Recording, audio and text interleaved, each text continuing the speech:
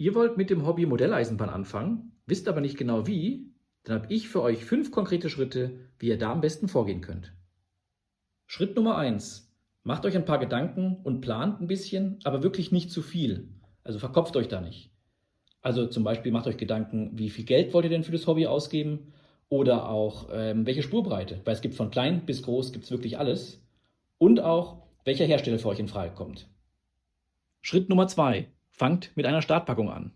Es ist wirklich so einfach, weil ich muss ehrlich sagen, gibt von fast jedem erdenklichen Hersteller gibt es Startpackungen und da ist wirklich alles dabei, was ihr gebrauchen könnt. Also ihr habt dann einen schönen Zug, also eine Lok mit ein paar Wagen, ihr habt ein paar Gleise, ihr habt eine kleine Digitalzentrale, einen Trafo, eine Fernbedienung und wo ihr direkt einfach loslegen könnt und da auf jeden Fall viel Freude haben werdet.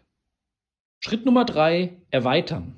Das ist ganz, ganz wichtig, weil ihr habt auch mit einer Startpackung ja angefangen und auf Dauer, ihr seht, wir haben einen kleinen Kreis, ich habe es jetzt mal ein bisschen abstrakter gemacht, ja, ist das Ganze jetzt nicht so spannend. Es gibt natürlich Startpackungen, wo auch ein paar Weichen mit dabei sind, aber irgendwo ist es dann relativ schnell, wird es langweilig und da ist es wichtig, kauft euch einfach noch mal ein paar Sachen dazu, könnt ihr zum Beispiel, um Geld zu sparen, auf dem Gebrauchtmarkt schauen und dann Schritt für Schritt das Ganze immer größer werden lassen. Schritt Nummer 4: Springt der Funke über. Jetzt haltet mal einen Moment quasi inne und überlegt nochmal, ist es wirklich das Hobby, wie ihr euch das auch vorgestellt habt?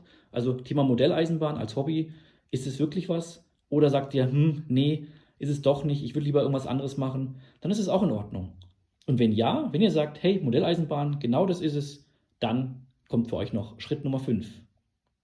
Ja, und Schritt Nummer 5: Zukunft. Da könnte ich jetzt wirklich aussuchen, in welche Richtung ihr gehen wollt. Weil das Hobby Modelleisenbahn ist wirklich sehr vielseitig. Also ihr könnt zum Beispiel sagen, hey, ihr baut immer weiter eure Teppichbahn weiter aus. Oder ihr sagt, hey, okay, mit den Zügen spielen ist vielleicht ganz toll, aber vielleicht ja nicht hundertprozentig so das genau, was ich möchte. Zum Beispiel, ich möchte lieber Landschaftsbau und Dioramen bauen. Auch fein. Oder ihr wollt alles miteinander kombinieren und sagt, hey, genau, Züge in der Landschaft fahren lassen, genau das ist mein Ding. Ich würde gerne auch eine Modelleisenbahnanlage bauen und genau das Gleiche habe ich auch gemacht und bereue es zu keiner Sekunde.